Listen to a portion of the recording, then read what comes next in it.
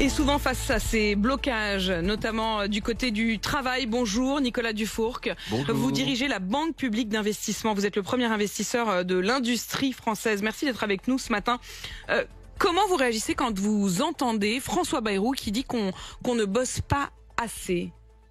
Alors, il a été très précis. Il a bien montré qu'en fait, la France se distinguait des autres pays européens par le fait que les jeunes font des études beaucoup plus tard et donc se mettent au travail beaucoup plus tard. Et ceux qui ont plus de 55 ans s'arrêtent beaucoup plus tôt. Et en particulier après 60 ans, travaillent beaucoup moins que les autres. Donc c'est à ces deux extrémités qu'on travaille beaucoup moins que la moyenne européenne. Entre les deux, il y a toute la classe active française, mais qui, grosso modo, c'est, on va dire, de 30 à 50 ans, où on travaille énormément. Alors bon, il y a quand même le plus grand nombre de jours de congés d'Europe aussi. Il faut pas se voiler la face. Mais cette partie-là, 30-50 ans, travaille énormément. Mais avant, beaucoup moins. Et après, beaucoup moins. Donc ceux qui bossent plus. Ceux qui bossent plus. Et ceux qui sont dans cette classe très active, d'ailleurs, souvent aimeraient bosser plus. Et ils ont du mal à recruter. Ça, c'est un autre sujet. Quand vous entendez depuis le début de la semaine ceux qui disent mais nous le 1er mai, les boulangers, les fleuristes aujourd'hui, qui disent mais nous le 1er mai on n'a qu'une envie, c'est de bosser, nos salariés ont envie de bosser, en plus on les paye double voire triple, mais la législation nous l'interdit. Est-ce que c'est pas une des contradictions françaises ? Alors il y a certainement des freins au travail, mais il y a également il faut effectivement écouter les artisans et les indépendants. Ce qu'ils voient, c'est la réalité de la France. Et donc il y a aussi un manque d'appétence au travail sur un certain nombre de tâches qui est absolument incontestable dans notre pays. Écoutez ce que disait le patron de Safran lundi. Il était devant cette commission d'enquête sur la réindustrialisation de la France. Commission d'enquête face à laquelle vous serez, vous, également dans quelques jours, interrogé par les députés. Le patron de Safran, une des plus grosses entreprises de France, qui dit cela. Pour moi, il n'est plus question aujourd'hui d'investir en France, dans une ville qui est détenue par une majorité écologiste. Si c'est pour se faire accueillir par des tomates, ce n'est pas la peine. Créer 500 emplois et se faire accueillir par des tomates, est-ce qu'il a raison ? Oui, il a raison. C'est-à-dire qu'on peut pas vouloir à la fois la réindustrialisation, et honnêtement, il y a consensus national là-dessus. Tous les Français le veulent.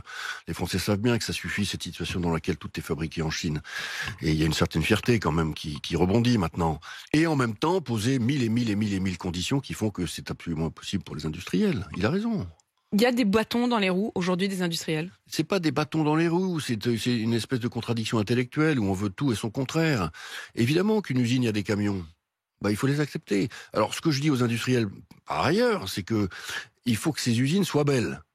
C'est-à-dire qu'il faut que ça soit des objets iconiques. Après tout, on fait des très beaux musées. On peut faire des très belles usines et les gens sont fiers. Il faut voir ça dans les territoires quand vous avez une très belle implantation industrielle, avec le design qui va bien, la marque, etc.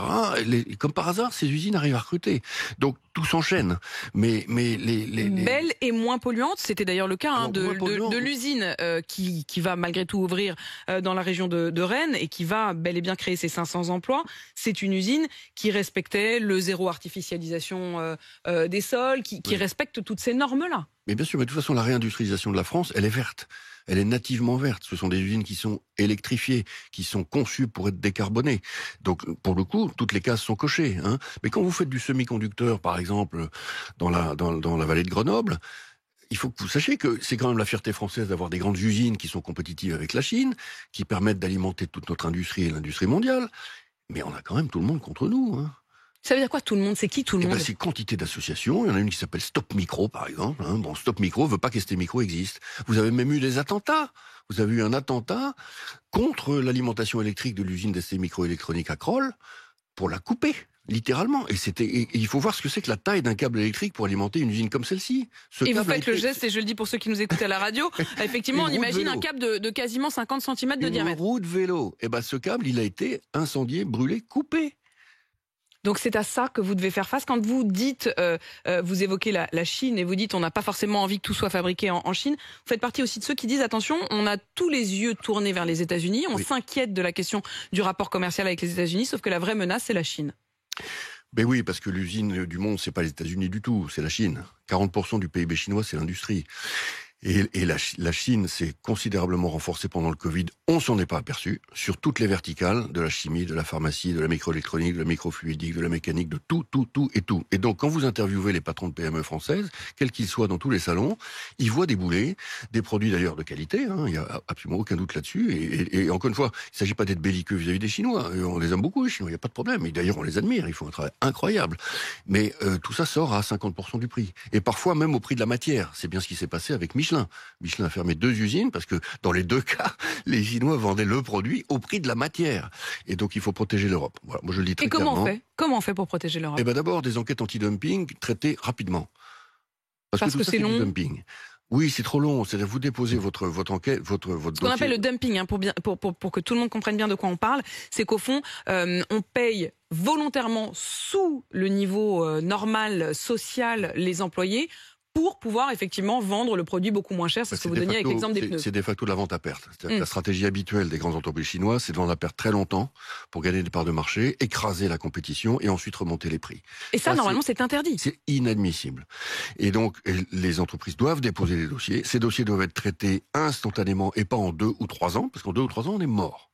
Et voilà ce qui s'est passé d'ailleurs, beaucoup pendant toute la désindustrialisation européenne. Est-ce qu'on s'est fait avoir ?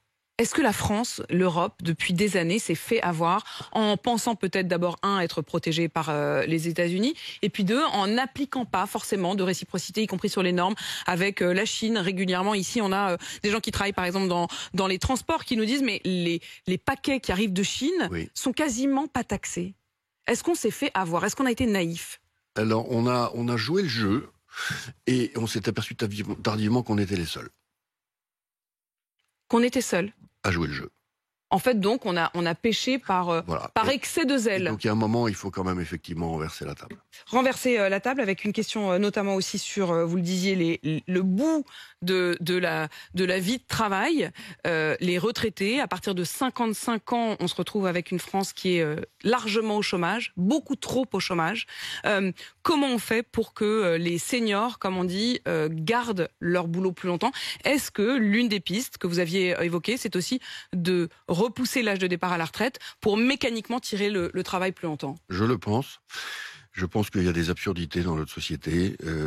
Il faut savoir que 40% des entrées en retraite à Agirc-Arrco de l'année 2024 sont avant la date de la retraite. Carrière précoce. 40%. Donc on est allé beaucoup trop loin dans la générosité sur les départs anticipés. Beaucoup trop loin. Et de toute façon, la natalité s'effondre. L'espérance de vie augmente tous les ans. Tous les ans. L'espérance de vie en bonne santé augmente tous les ans. Et donc, nous n'avons pas d'autre choix que de reconnaître que quand on a 60 ans, on n'est pas senior. On est senior beaucoup plus tard. En fait, le vrai senior, c'est quoi? Le vrai senior, c'est celui qui prend sa retraite et qui devient vieux le jour où il prend sa retraite. Parce qu'en fait, on vieillit le jour où on prend sa retraite. C'est ça qu'il faut comprendre. Tant qu'on la prend pas, on n'est pas senior. On est expert. Et donc, il y a toute une classe d'âge extraordinaire dont on a besoin pour pratiquement tout. La médecine de proximité, l'industrie, c'est la classe des experts. C'est-à-dire les 60, j'ai écrit un papier là-dessus, donc disons 58, 68 ans, ou 60, 70 ans. C'est moi j'ai 62 ans. Je fais partie de cette classe d'âge. Vous imaginez que je prenne ma retraite ce soir? Et vous n'avez pas du tout envie de prendre votre retraite tout de suite? C'est même impensable. Et je ne me considère absolument pas comme senior. Et on est très nombreux comme ça. Et donc, commençons par les cadres. Les cadres doivent travailler parce que les cadres ont des conditions de travail qui ne sont pas des conditions de pénibilité et qui donc peuvent travailler plus longtemps. Bien sûr que non. Donc, il faut commencer par les cadres en repoussant l'âge légal. Il faut que la classe des experts cadres travaille beaucoup plus longtemps. Mais pour ça, il faut que les entreprises le permettent. Attention, parce qu'il y a aussi dans les entreprises quantité de choses à changer. On vient d'un monde dans lequel, effectivement, un monde un peu jeunisse, dans lequel, effectivement, à partir de 56, 57 ans, on commence à vous expliquer que si, que ça. Et si vous avez perdu votre emploi, vous avez du mal à le retrouver. Ça, c'est inadmissible. Mais c'est tout le paradoxe. C'est tout le paradoxe. Non, mais maintenant qu'on le sait, traitons ce problème-là. Vous y croyez, vous, que ça va être traité, ce problème? J'y crois absolument. Mais vous savez, là aussi, il faut que des tabous tombent. Vous avez 55 ans, vos enfants sont partis, vous avez payé votre logement. Et vous allez travailler, vous voulez travailler, et l'entreprise comprend que vous êtes fondamental jusqu'à 65, 66, 67, 68 ans. Peut-être qu'on peut travailler aussi sur la question de la rémunération, parce qu'une des raisons pour qu'éventuellement cette rémunération baisse légèrement parce que les besoins sont moindres. Bien sûr, qu'on ait une rémunération en cloche, comme le font beaucoup d'autres pays. Et l'autre sujet, c'est que les jeunes rentrent trop tard sur le marché du travail. Je suis désolé de le dire, mais est-ce qu'il est nécessaire d'empiler les diplômes aussi ? À un moment, non. À un moment, on peut peut-être se dire qu'à partir de 24 ans, c'est bon, on travaille, quoi. Ou à partir de 23 ans. Ou à partir même de 22 ans. Et il y a une tendance dans la société française qui est, on empile. D'ailleurs, aux frais de la nation, puisque l'éducation est gratuite. Attention. Donc effectivement, toutes ces absurdités à vos yeux que vous aimeriez faire sauter. Il y aurait encore beaucoup de choses à se dire. Vous reviendrez pour nous le dire. Merci en tout cas d'être venu ce matin. Nicolas Dufourcq, directeur général de BPI France, la banque publique d'investissement. Merci à vous. Il est 7h51 sur RMC.